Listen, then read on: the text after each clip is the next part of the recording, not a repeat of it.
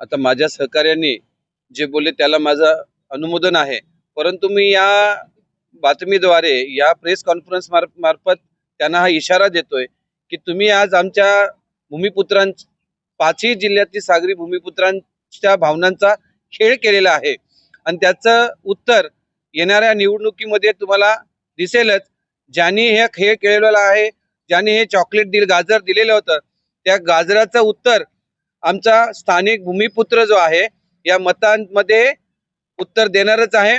आणि जोपर्यंत दिबांचं नाव नवी मुंबई विमानतळाला लागणार नाही तोपर्यंत इथला स्थानिक भूमिपुत्र शांत बसणार नाही आणि नवी मुंबई विमानतळाला नाव हे दिबा पाटील साहेबांचंच लागणार आहे।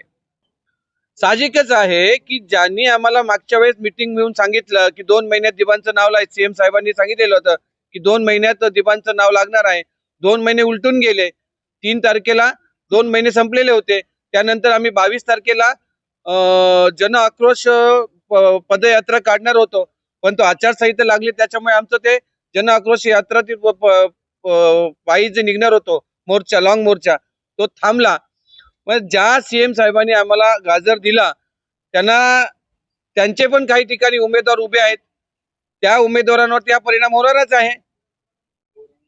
उरणमध्ये जे